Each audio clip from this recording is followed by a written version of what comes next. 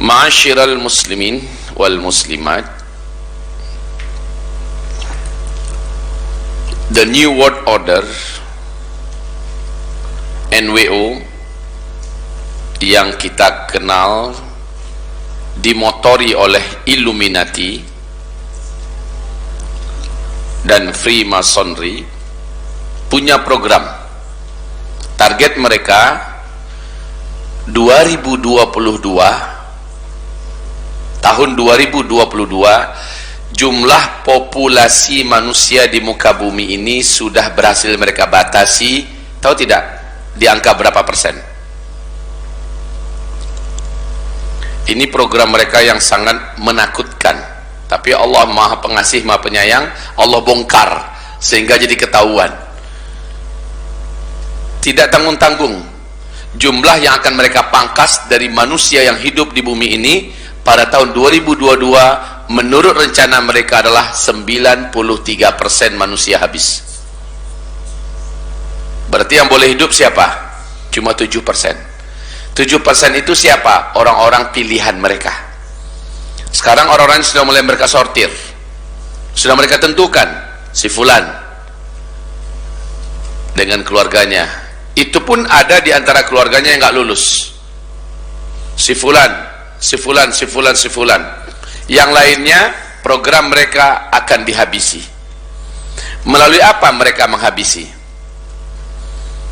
Melalui pertama food. Hati-hati, dengarkan ini baik-baik. Melalui food, makanan-makanan yang mereka ciptakan, minuman-minuman yang mereka buat, baik minuman mineral, makanan-makanan kaleng, makanan-makanan cepat saji, atau tanam-tanaman, sayur-sayuran, biji-bijian, bahkan buah-buahan. Kita dengar dengan genetika modification, ya, GMO. Ini berdampak dalam program mereka. Siapapun yang mengkonsumsi, yang memakan, yang menggunakan, ya, yang menikmati buah-buahan, sayur-mayur, biji-bijian, makanan cepat saji, minuman-minuman yang sudah menguasai pasaran dunia pada hari ini, orang ini pertama akan penyakitan, kedua punya kelainan mental, ketiga bisa digerakkan melalui satelit. Mau dijadikan apa? Mau dibunuh di tempat dengan cara tekan saja tombolnya dari Israel sana, maka semua yang sudah ada di darah kita, semua yang sudah ada di daging kita, di daging anak-anak dan keluarga kita, langsung plep, mati.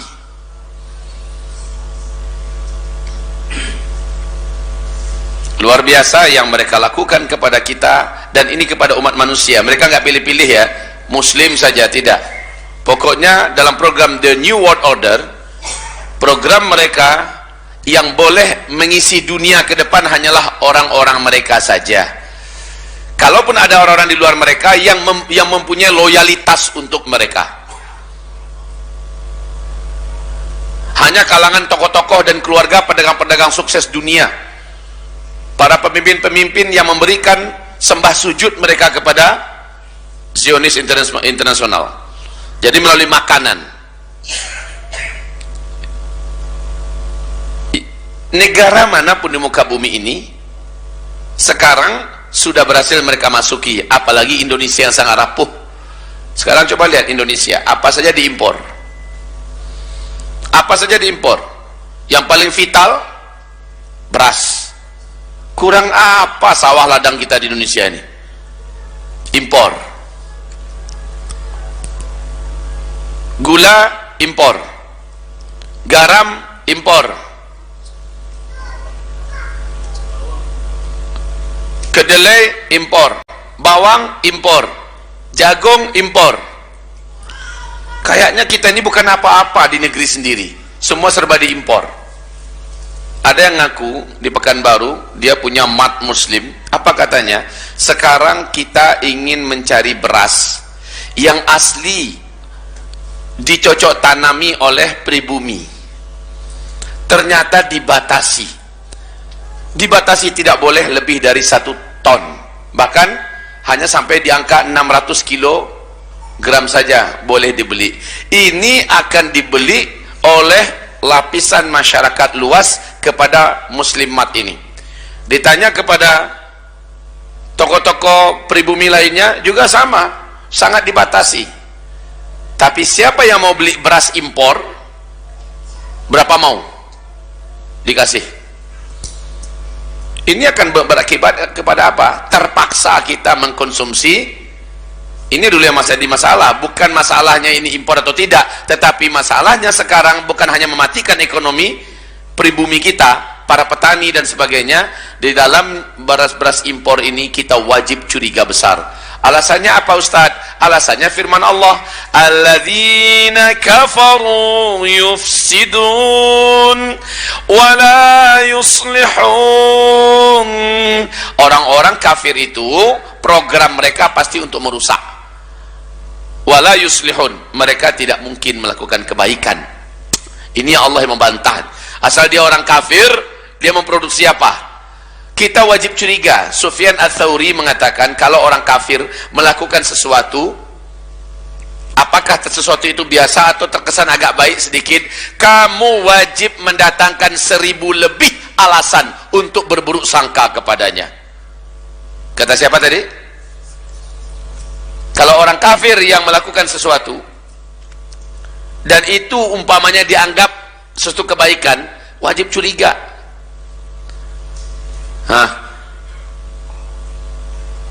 Kebalikannya, kalau muslim yang bagus, muslim yang baik melakukan sesuatu yang kesannya agak salah atau mungkin keliru menurut kamu, wajib datangkan 1000 lebih alasan untuk berbaik sangka kepadanya.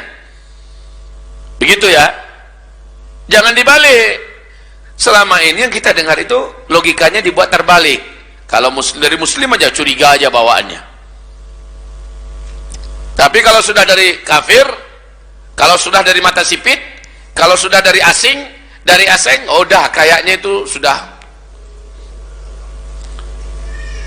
Wahai hamba-hamba Allah, saudaraku, melalui food mereka punya target mengatur kita melalui satelit dengan makanan yang kita masukkan, dan makanan itu menjadi bahagian dari darah kita, bahagian menjadi daging kita. Seharusnya kita sekarang ini di akhir zaman wajib memprioritaskan standar makanan menurut Al-Quran.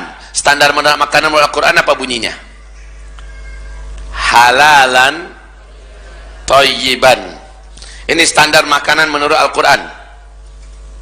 Kalau ditanya pemuda akhir zaman, maka target mereka nomor 1 memang pemuda. Pemuda di sini baik laki-laki ataupun perempuan, ya. Yang ini jadi yang pertama melalui food, ya. Jadi yang Allah perintahkan kita itu agar kita konsumsi adalah halalan thayyiban, yang halal lagi thayyib.